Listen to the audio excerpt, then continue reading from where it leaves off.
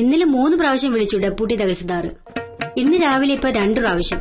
എന്താ സാറേ പ്രശ്നം? അയാൾക്ക് ഭ്രാന്ത. ഇവിടെ വന്ന് ചാർജ് എടുത്ത ദിവസം മുതൽ അയാൾക്ക് തുടങ്ങിയ സൂക്കട. എന്നെ കണ്ടൂടാ. ഡിപ്പാർട്ട്മെന്റിലെ ബാക്കി സകല പേർക്ക് സാറിനോട് വലിയ കാര്യമാണല്ലോ. ഈ ഡെപ്യൂട്ടി തഹസിൽദാർക്ക് മാത്രം എന്താ ഇത്ര പ്രശ്നം? വേറെ ഒന്നുമില്ല ശിശുപാല. തഹസിൽദാർക്ക് എന്നെ വലിയ ഇഷ്ടമാണല്ലോ. അത് ഡെപ്യൂട്ടി തഹസിൽദാർക്ക് ഇഷ്ടമല്ല. അതിനാണ് ഇല്ലാത്ത കാരണങ്ങൾ കണ്ടുപിടിച്ച് എന്നെ ഉപദ്രവിക്കുന്നത്. അത്രേ ഉള്ളൂ. നീർക്കോലി കടിച്ചാലും അത്താഴം മുടങ്ങുമെന്ന പ്രമാണം. സാർ ഒന്ന് സൂക്ഷിക്കുന്നത് നല്ലതാ. എനിക്ക് ചെയ്യാവുന്നതൊക്കെ ഞാൻ ചെയ്തു. ഇനിയിപ്പോ ഏതെങ്കിലും മന്ത്രവാദിയെ കണ്ടുപിടിച്ച് 1 ലക്ഷം കൂടി എഴുതി കിട്ടിയാലും ആലോചിക്കാം. എന്റെ പൊന്നു സാറേ, സർക്കാർ കാര്യത്തിൽ മന്ത്രവാദി എന്ത് ചെയ്യാനാ? അത് സ്വയം പ്രഭയ്ക്ക് അറിയാഞ്ഞിട്ടാ. ഇത്തരം കാര്യങ്ങളിലൊക്കെ എന്തെങ്കിലുമൊക്കെ ചെയ്യാൻ പറ്റുന്ന മന്ത്രവാദികളും സിദ്ധന്മാരും ഒക്കെ ഉണ്ട്. കൊള്ളാവുന്ന ആരെങ്കിലും കണ്ടെങ്കിൽ എന്തെങ്കിലും ചെയ്യാമായിരുന്നു. സ്വയം പ്രഭ ചിരിച്ചതിന്റെ അർത്ഥം എനിക്ക് മനസ്സിലായി. രാവിലെ ഭാമ ഇങ്ങനെ ചിരിക്കുന്നത് കണ്ടു. നോക്കൂ, നിങ്ങളൊക്കെ അനുഭവം വരുമ്പോഴേ പഠിക്കൂ. മറക്ക്, വിശ്വാസമില്ലാത്ത അഹങ്കാരികൾ. ബാക്കി കാര്യത്തിലൊക്കെ മോഹനേശ്വർ സാർ യോഗ്യനാ. പക്ഷെ ഇങ്ങനെയുള്ള അന്ധവിശ്വാസത്തിന്റെ കാര്യത്തിൽ സാർ 6 പഴഞ്ചന. അങ്ങനെ പറയില്ലേ പ്രൊഫസറെ. Department revenue. ഇവിടെ തട്ടുകേട് പറ്റാതെ നിന്ന് വിളിക്കണമെങ്കിൽ ഒരു മന്ത്രവാദി കയ്യിലുള്ളത് നല്ലതാ.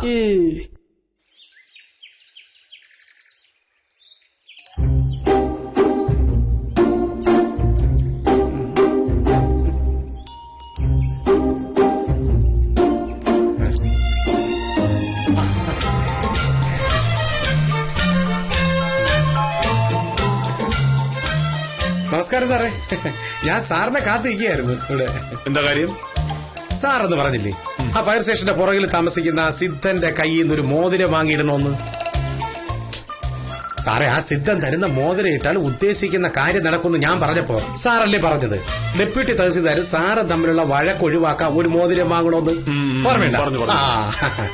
ഒരു കാര്യവുമില്ലാതെ എന്റെ പിറകെ നടന്ന് എന്നെ ഉപദ്രവിക്കുകയാണ് ആ ഡെപ്യൂട്ടി തഹസിൽദാർ. എന്ത് ചെയ്യാം? മേലുദ്യോഗസ്ഥനായി പോയില്ലേ? ഒരു ദിവസം സഹി കെട്ട് ഞാൻ തഹസിൽദാരോട് പരാതി പറഞ്ഞു. അത് ഡെപ്യൂട്ടി തഹസിൽദാർ അറിഞ്ഞു. അതോടെ ഉപദ്രവം ഇരട്ടിയായി. ഇനിയിപ്പോ ഇതൊന്നും കൂടാതെ പുതുതായിട്ട് എന്തെങ്കിലും ജപിച്ചു കേട്ടില്ലെന്ന് ആലോചിക്കും. അതല്ലേ ഞാൻ പറഞ്ഞത്. ആ സിദ്ധന്റെ കയ്യിൽ നിന്നൊരു മോതിരം വാങ്ങിച്ചിട്ട കാര്യം നടക്കും. ഭയങ്കര ശക്തിയുള്ള കല്ലല്ലേ സാറേ? പക്ഷെ അതിന് പറഞ്ഞ വിലയോ 5000 രൂപ. 5000 രൂപ മുടക്കി ഡെപ്യൂട്ടി തഹസിൽദാർ മറ്റുള്ള വഴക്കൊന്നും തീർക്കണ്ട സാറേ. അത് അന്ധകാലത്ത്. ഇപ്പൊ വെറും 1000 രൂപയ്ക്ക് മോതിരം കിട്ടും. 1000 രൂപയോ? അതെ സാറേ. ഞാൻ കഴിഞ്ഞ ആഴ്ച സപ്ലൈ ഓഫീസിൽ ഒരു പേപ്പർ പുല്ലുപോലെ ശരിയാക്കി കൊടുത്ത് ഈ സിദ്ധനെ. ഉടനെ സിദ്ധൻ നിർബന്ധം തുടങ്ങി, എനിക്കെന്തെങ്കിലും പ്രത്യുപകാരം ചെയ്യാതെ ഉത്തമന് ഞാൻ വിടില്ല എന്ന്. ഒന്നും വേണ്ട എന്ന് ഞാനും പറഞ്ഞു. ആള് വലിയ സിദ്ധനല്ലേ, നമ്മൾ എന്തെങ്കിലും അങ്ങനെ ചോദിക്കുന്നത് ശരിയല്ലല്ലോ. ഒടുവില് പുള്ളിക്കാരൻ പറഞ്ഞു, ഞാൻ ഉത്തമനൊരു മോതിരം തരാം, ആ മോതിരം ഇട്ടാൽ ഉദ്ദേശിച്ച കാര്യങ്ങളെല്ലാം നടക്കും എന്ന്. 5000 രൂപയാണ് മോതിരത്തിന്റെ വില. പക്ഷെ ഉത്തമനായതുകൊണ്ട് 1000 രൂപയ്ക്ക് ഞാൻ നൽകാം എന്ന് പറഞ്ഞു. പെട്ടെന്ന് ഞാൻ സാറിന്റെ കാര്യം ഓർത്തു. കയ്യോടെ രൂപ 1000 എണ്ണി കൊടുത്ത് മോതിരം വാങ്ങിച്ചോണ്ട് ഞാനിച്ച് പോന്നു. ഇത് സാറല്ലേ? എങ്ങനെയുണ്ട്?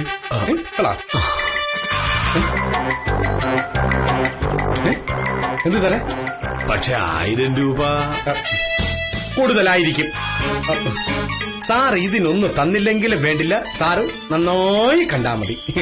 അതൊക്കെയല്ലേ നമ്മുടെ ഒരു സന്തോഷം. വക്കീല് തന്ന 5000 രൂപ എന്റെ കയ്യിലുണ്ടല്ലോ.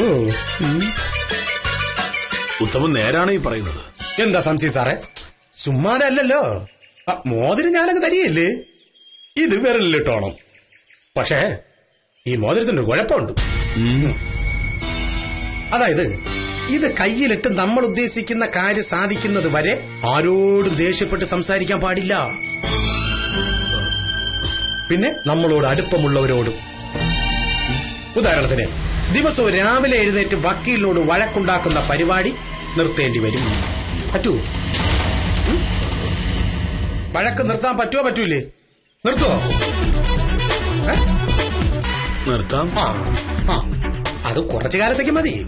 അതുപോലെ നമ്മുടെ ചുറ്റുമുള്ളവരെ എപ്പോഴും സന്തോഷിപ്പിച്ച് നിർത്തണം. എന്ന് വെച്ചാ ഉദാഹരണത്തിന് ഇടയ്ക്കിടയ്ക്ക് വക്കീലിനെ കാണുമ്പോ ഇങ്ങനെ കെട്ടിപ്പിടിക്കുക, പിന്നെ ഒരു ഉമ്മ കൊടുക്കുക, ഇങ്ങനെയൊക്കെ ചെയ്യണം. ഇങ്ങനെയൊക്കെ ചെയ്ത ഓരോ ദിവസം തോറും മോതിരത്തിന്റെ ശക്തി കൂടിക്കൊണ്ടിരിക്കും. ഉറപ്പാണല്ലോ. സംശയം ഉണ്ടോ സാറേ? ഒരാഴ്ചക്ക് ഡെപ്യൂട്ടി തഹസീൽദാർ വാല് ചുരുട്ടി സാറിന്റെ മുമ്പ് വരും. ഞാനല്ലേ പറയുന്നത്. പിടി അത്യാദരപൂർവം.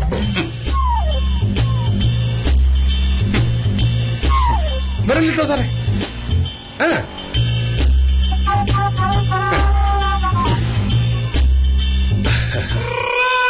ശാസ്ത്രം എത്ര പുരോഗമിച്ചാലും നമ്മുടെ നാട്ടിൽ അന്ധവിശ്വാസങ്ങൾക്ക് ഒരു കുറവുമില്ല. ചൊവ്വയിൽ മനുഷ്യൻ എത്താൻ പോകുന്ന കാലത്തും തകിടിലും ഏലസിലും കൂടോത്രത്തിലും വിശ്വാസമുള്ള ആളുകൾ ധാരാളമുള്ളത് അത്ഭുതമായി തോന്നാം. എന്തു ചെയ്യാം, പറ്റിക്കപ്പെടാൻ തയ്യാറായി മോഹനകൃഷ്ണന്മാരും പറ്റിക്കാൻ ഒരുമ്പിട്ട് ഉത്തമന്മാരുമുള്ളപ്പോൾ ഇങ്ങനെയൊക്കെ സംഭവിക്കും. മന്ത്രമോതിരവുമായി പുതിയ ജീവിതത്തിനിറങ്ങുന്ന മോഹനകൃഷ്ണന്റെ പുത്തൻ അനുഭവങ്ങളുമായി കാര്യം നിസാരം നാളെ രാത്രി 9 മണിക്ക്. കാര്യം നിസാരം.